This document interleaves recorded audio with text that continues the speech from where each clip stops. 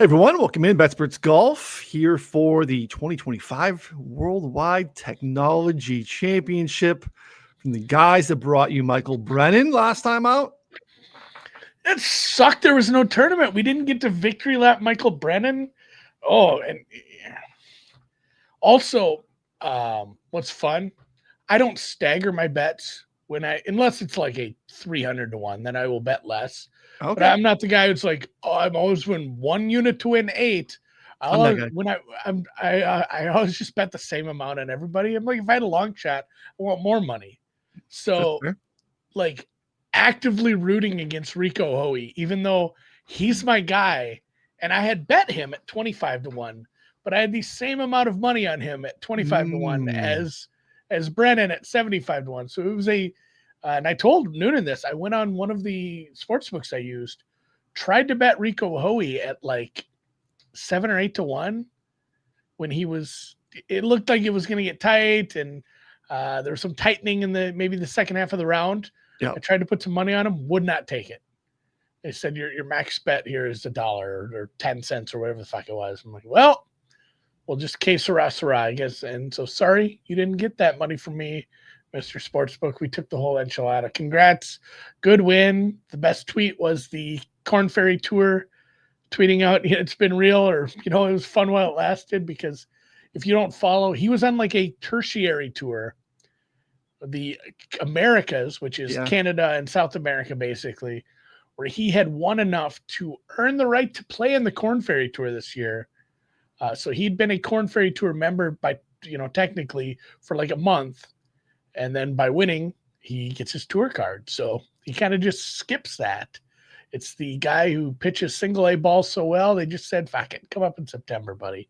Yeah. So congrats to him. And kind of a good segue into this one, because there's some guys in the bubble. And this is, despite having a couple more events, this is kind of the cutoff event here for staying inside that top 100 and maintaining tour status for some people for next year. And the same thing for top 60. If you stay in there, you get some signature event entries in Valimaki, Isaiah Sayinda, Fishburne, Lipsky, Bo Hostler. There's some guys that are on that they're on that bubble. So don't use that to bet, please. Yeah. It's the same thing we say when we're doing the playoff stuff. This guy isn't going to play extra hard, and I'm going to play so much harder and so much better at golf because I have to get into the playoffs. Yeah, everyone knows that if you ever play golf, the more you really want to do it, the better it goes. Yes, it's they're cognizant of this fact, but please don't use that to bet, and probably take it easy again this week. Noonan, would you characterize this as a wide open, pathetically easy scoring fest with high variance due to 70-yard wide fairways and 10,000 square foot greens? Is that fair? Wild course, highly variant. We were talking about it, I think, on like Monday or Tuesday, and I'm going to limp in. I have 2 bets, and I think it's a spot that I might be fine with that. It might be a spot too where you very much, if you had a guy that you liked, or whatever, it makes sense, you like how he's playing come Sunday, you can very easily have a guy come from 6-7 back and just fire 62 or something on Sunday, and get some nice live odds on that. So that's what I would recommend. I would not build out a huge pre-flop card here. It's Wednesday. Maybe you've already done so. I just think it's probably the best way to keep some bullets in the holster if you want to fire more aggressively, because it's just, again, like these are, we joke. I mean, even last week or last time out in Utah, those are big old resort, like wide fairways. These are like 60 yards on average. These actually are places where you could land a jet type of width. And it lends itself to a ton of birdies and a ton of wide open opportunities. Easy score relative to par is 2.4 under par. We have no shotling data, so even that makes it a little bit harder to jump in. So just it's a tricky week. It feels like more like you're gambling more than you're betting on a golf tournament this week, if that makes sense. Yeah, 747's wingspan is approximately 70 meters. So there are some fairways here where you could land it and it wouldn't be touching anything out in the rough. Maybe the first cut, guys. That's not. So It's wild. it's Yeah. pretty wild. And this is a good one when you start to look at some of the stats to take in some context, because there is stuff like, oh, scrambling is extra hard here.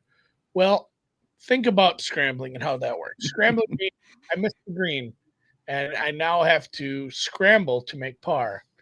Well, if the greens are 3,500 square feet, I'm probably within spitting distance of that pin. When the greens are 10,000 square feet, if you've somehow missed that green, it's usually a bigger miss. And even if you are on the edge of the green, if you're not pin side, which actually probably better, but even if you've short sided yourself, some of the spots you're like, well, this is a longer shot or this is a tougher shot.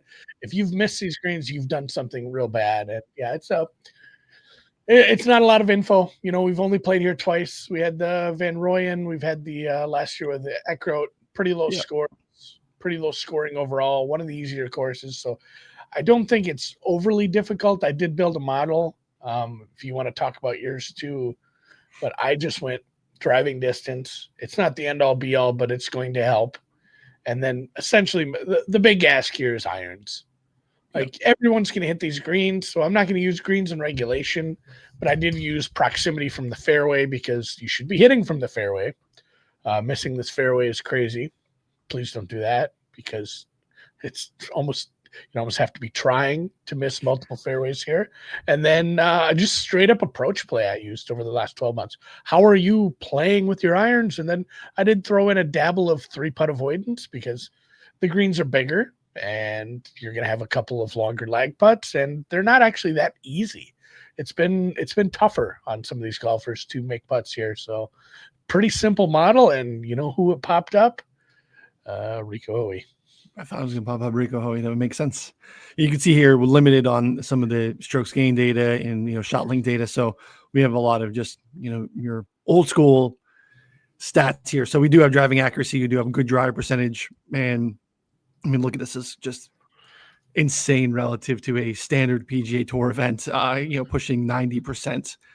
It's about 30% higher than a tour average event. So yeah, scrambling, it just doesn't matter. You're already done in that hole. So we changed some things, continue to change some things aesthetically here. You can see expert models are trying to make it easier for you to access some of the stuff. So going right in here to the models, take a look at the one Andy's talking about that he built.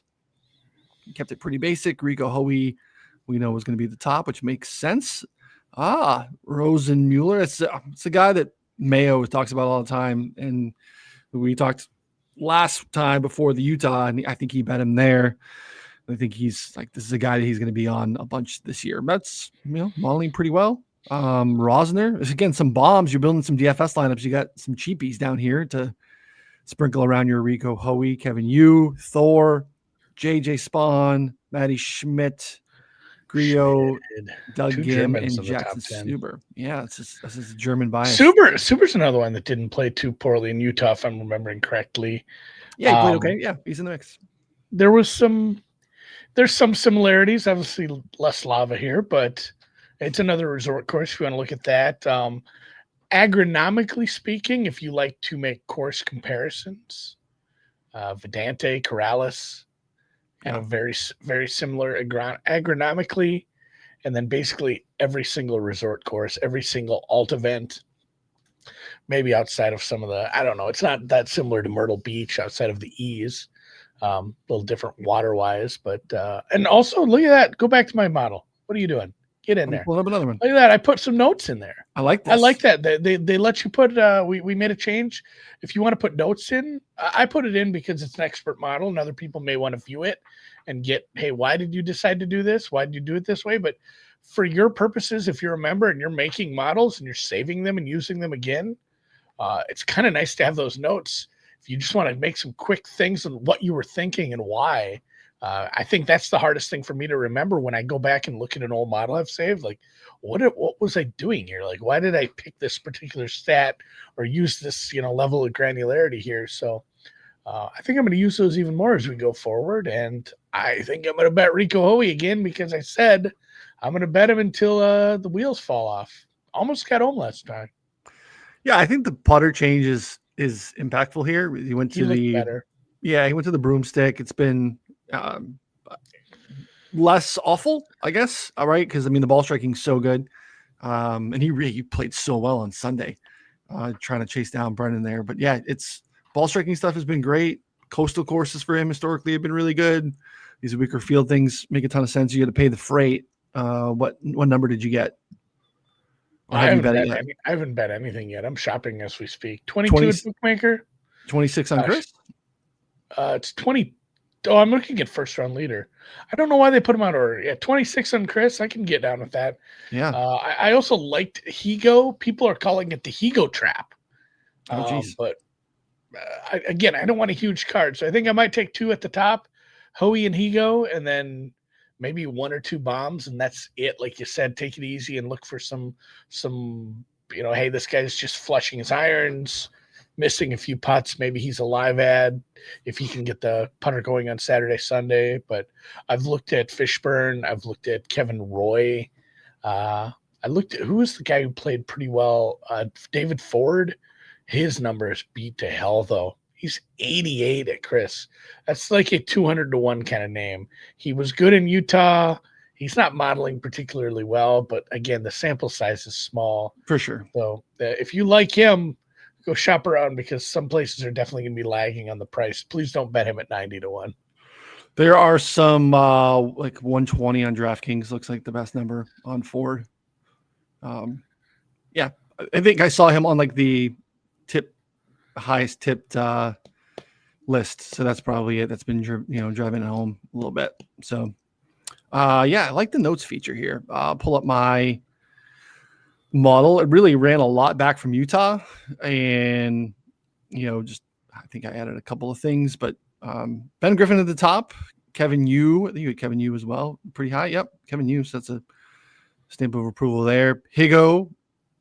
So well, both Thors, right? No, just Olsen at the top. Graysterman, Cooch.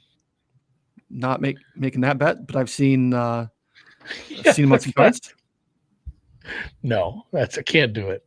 No, I do, especially in the swing season. Like I want to cheer for the guy a little bit. Can you imagine his caddy being excited? It's clearly going to be a caddy you bring. It's not the situation again, but betting on Kuchar in Mexico, that's bad karma for you. It is bad karma. It's not great. Grillo, here's Hoey, Keith Mitchell, Mark Hubbard. I'm disrespecting my model because I didn't make a click until Pearson Coody at 40-1. Pearson Coody's been playing some good golf. Third in Utah. So he was lagging behind Rico and Michael Brennan. But, kind of that Korn Ferry model, like played back and forth and on the PGA Tour and the Korn Ferry in 2025 and is basically, when it's been like the 3M, when he gets into these softer PGA Tour fields, he's played some pretty good golf. The putter can run hot and has been really, really competitive on the Korn Ferry Tour. So Pearson Coody at 40 was the other click, our first click. And then the other was Johnny Kiefer, one of the best Korn Ferry guys, I believe Korn Ferry Player of the Year. He just can roll hot with the rock. And again, a spot where we need Korn Ferry style of golf because birdies and bunches is kind of the recipe here. And Kiefer's a name that we should probably get used to, especially in some of these, 20 under plus type shootouts like we're expecting this week. So Kiefer and Coody pre-flop, and then we'll see what happens live. That is a hell of a card. Kiefer and Coody. Kiefer and Coody. I think, again, I'm gonna go find the best possible prices I can on Hui and Higo. You know what I haven't done much of? Look at all, because my time has been limited so far on places like the Novigs and the Profit X's. I just haven't used them much, but I'm gonna check what they have for golf offerings. I don't know if that's going to be even close to being better or not, but we'll see. PGA and Novig here. Jacob Bridgman winner. Oh, see that this thing is like you have to have a counterparty in some of this. So if somebody doesn't want to bet the no, like I'm Right. not going to bet Jacob Bridgman to win at minus 4,000. That seems like a bad price. Yeah, I'm gonna have to dig around on Kalshi, Fliff, everything, all the newfangled apps I have, because normally my shopping is Bookmaker, BetOnline, Bovada. Shout out BetUS. I put some money on there, and they're like, because they told me, hey, we'll give you a big old deposit match, and then like 10 minutes later, after I threw the Bitcoin in, they're like, actually, we have you black flagged. Like, I can't give you anything. Like, all right, so What? just they pulled the old switcheroo on me. So Before you bet anything? Not shopping that well. I've bet there before. Okay. Like it was one of those where you're gonna keep emailing me that you'll give me a deposit bonus or something. I will always take advantage of a deposit bonus. I am never scared of a rollover. I bet a lot. Not like, oh, I bet a lot. Look how much money I bet. I bet a lot of bets. You bet a lot of things, like different sports. And a lot of volumes. So I'm not Yeah. scared of a rollover, but not meaning to turn this into a negative commercial. But so far, it's just a kind of a expand your shopping if you're betting golf, because there are always going to be more places, more outs. See if you can find a better price. It matters. Who we at? He goes 20-1, 22. So Bovada's not on the list today. It might be Bookmaker. So Higo is about 29.59. Not about. It's exactly what it is. Hui's 25.75. I'm probably gonna have to bet this Rosenmiller. Is it Rosenmiller or Rosenmiller? Those are your people. I don't know. Like, Mueller. It's Mueller. It's Mueller, right? I would think it's Mueller. It's Mueller. I don't know if it's Rosen or Rosen. Yeah, I'm gonna have to dig into that a little, figure out what his name actually is. Yeah. That might be it. Just those three. I don't have a lot more to say about this course. There's driving distance isn't the end all be all, but it's definitely going to help. And it's aesthetically pleasing to watch on TV. Some elevation changes. Yeah. It's, coast of Mexico. It's like seeing those as we get into November, December. But yeah, of course, in terms of like intricacies or how to use it to handicap, it's like you can use, and I haven't built into my model, you can go into, you're looking at just turning on the easy settings, right? Like easy, very easy scoring conditions, very easy ball striking, resort courses, some corollary. I have corollary courses in there too. And, that's, I think, what you would want to do. You don't want to turn off anything that would be difficult, especially when you have the Ben Griffins of the world in here, JJ Spawn, right? Like, I don't want their Oakmont data necessarily. It's, Spawn's Oakmont data is good, but like, it's not really the test of what we're looking at this week. So turning on the easy buttons, I think, is important. Yeah, Oakmont was tougher. I think it was a little tougher. We'll see. We don't know. We don't know what the setup's going to be like. Maybe they'll put some, I don't know. What would it take? This is a fun exercise. What would it take to make this course as tough as Oakmont? And you have 24 hours to do it. So you can't say, I'm going to grow the rough to 6 feet or something. I would say you'd have to put all 18 flags inside of bunkers. Aerate the greens, leave the plugs. Okay. Leave the plugs. Don't clean it up. Mow towards the green boxes, which again, that's going to take like 10 yards off. What are we going to do? It's not really going to help, but it's the little things. It might just be the no flag sticks either. We're not using flag sticks because of the wind. You're going to have to guess. Okay. Well, no caddies know where they are. No caddies, no drivers, no mini drivers. I don't know. It's going to be 25 under. Yeah. Just kind of where we're at with this. So you would need insane winds. The winds can pick up. So we're looking at kind of between 5 and 10, maybe some 15s is the forecast now. Things can change, especially in a coastal environment like this. And the fact that we're Wednesday morning, golf's can be played Saturday and Sunday. A lot can change by now. So keep an eye on that. But for now, the weather looks pretty spectacular, like low of 70, high of 85 with sun and light breezes. Like, sorry if you live in Chicago or some other, armpit of the world, northern city. That's you.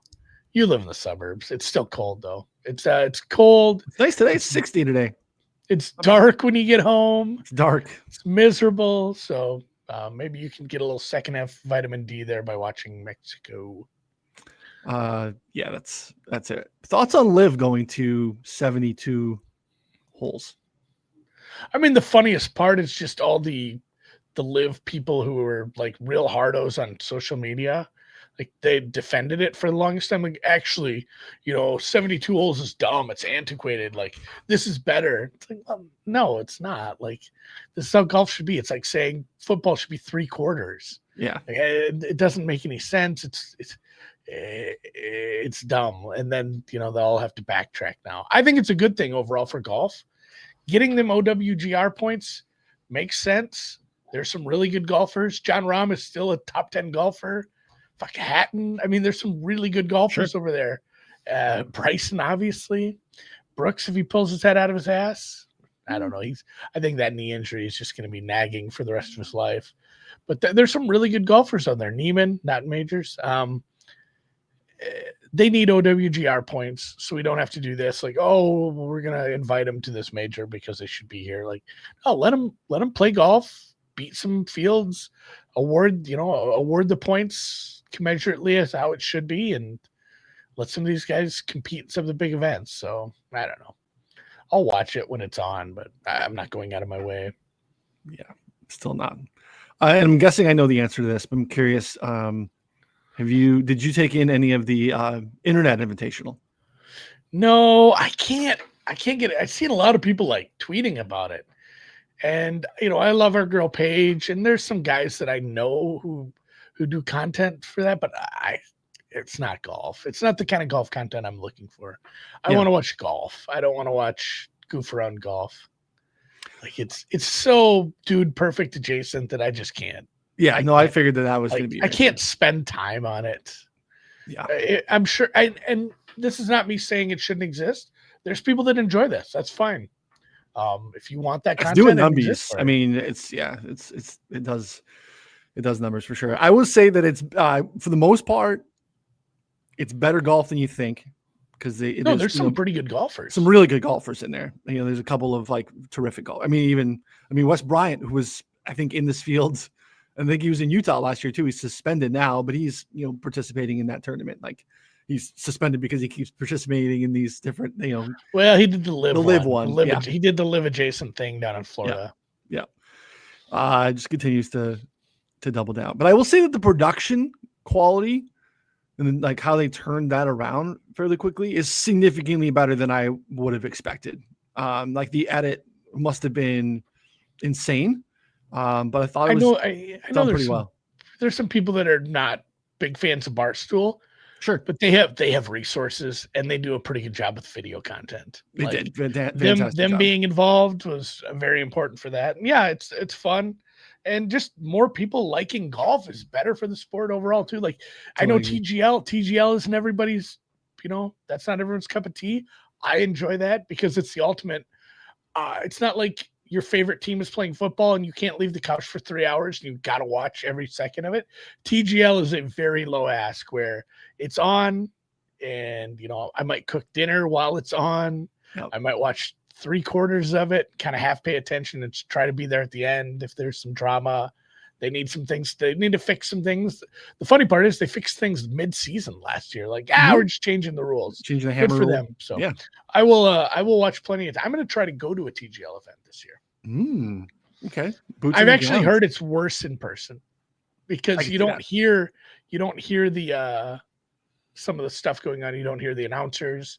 You just kind of are there to watch it. But I do want to go down to Florida just because, come February, I'm pretty miserable after 5 months of being freezing, and just maybe a couple days down there to take in some indoor golf would be fun. I've heard of worse ideas. It's not.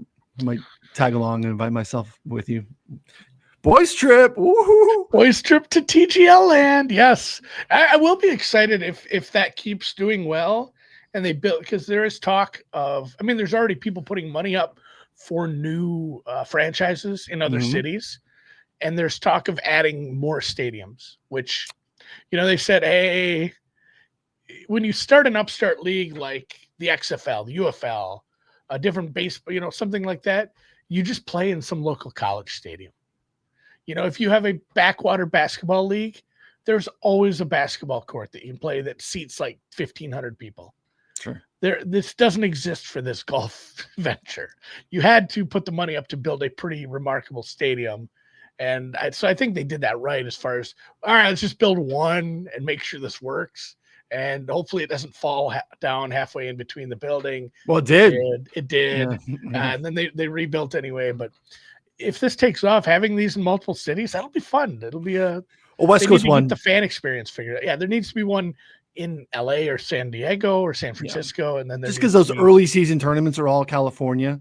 Yeah. And so you have those situations where guys are either playing in the weeks that they're off or like not playing. So like it just gives them, I think, more flexibility in the schedule too. Because right now, like they're so reliant on like even that's how teams were formed based off of like what your playing schedule is going to be. Yeah. So like, or if you're not going to play, it's a non-Siggy. You don't have to worry about being in Florida because you got to get back to California. So if you had a California one, when they had like Jason Day step in as a guest golfer, I mean, it's just some scheduling conflicts for people. Yeah, so sure. Yeah, absolutely. Having one in, the tour, the part of the tour that aligns with TGL is the Cali swing and the Florida swing. So those are no brainers. And then, I mean, after that, you kind of bounce around, but I think one in Texas and one on the East Coast and then one in the Midwest. If you had 5, like, Chicago adjacent or Chicago, Detroit, Minneapolis, whatever, a big city in the Midwest, a big city in Texas, and then probably Eastern Seaboard and Southern California. That'd be my 2 cents. It'd be awesome. Yeah, it would be awesome. It's fun. So, yeah, I thought I haven't finished, and there's more to come on the Internet Invitational, but it's been entertaining.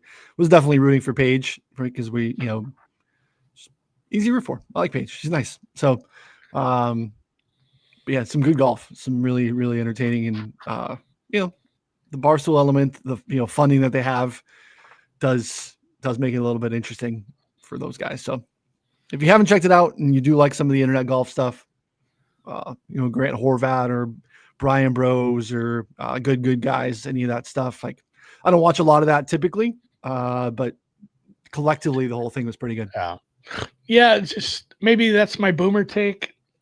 I love Bryson. I'm a big Bryson guy. I watched Breaking 50 or whatever he does. It was the worst. It was the worst. Like, this is dumb. Like, I can't get into this. I'm not excited about you beating the shit out of this terrible course. Yeah. And the banter wasn't even that fun. Maybe I watched the wrong one, but yeah, it's not for me. Horvat I'm out on because of the thing he did in Vegas where he was a low pout baby. So we will go whatever team Paige is on. We cheer for her. Her own team. Go Paige. So, all right. Appreciate everyone hanging out with us. Let's win some money again. What's that? Recap your card quick. Kiefer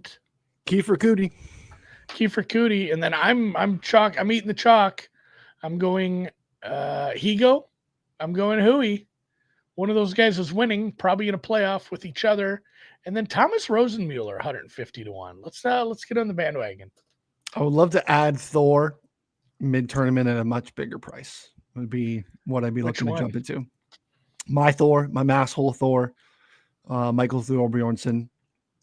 We can get out to a little bit of a slow start. Give me a nice big number to make a charge over the weekend. That would be what I like to get down on live. So we'll see. But yeah, make sure you go over to betsportsgolf.com, check it out. Continue to make new additions to the rabbit hole. Working on DP World Tour data. Yeah, working on it. It's a beast. It's a beast of a project. It is a big project, but we want to not only have that data for you for when you're looking at golfers who are playing in PGA Tour events to get a better picture of how they've played this year. If there's someone who's played 6-7 events that are not PGA events, we want to have the rabbit hole. We want you to make DP World Tour models. I want to have those events in the rabbit hole as well. So that's coming. It is coming. It is taking some time. Please be patient with us, but we want to have that data and we want to have that availability because I think that's just gaining more and more traction. And then as people like to watch and bet golf, they're realizing like, hey, there's a bunch of good events in the fall. They're all just happening in Europe. Abu Dhabi. Yeah. Right. So we'd love to be able to cover that in a more thoughtful way with the data. So yeah, it's coming. So, all right. Let's win some money. Appreciate it. That subscribe and like before you take off. That way you don't miss any of our stuff here at BetSports Golf on the YouTubes. Again, you can find this in podcast form if you're watching on YouTube. Continue to be here. Make some money. Thanks, everybody. Subscribe. It's a long button.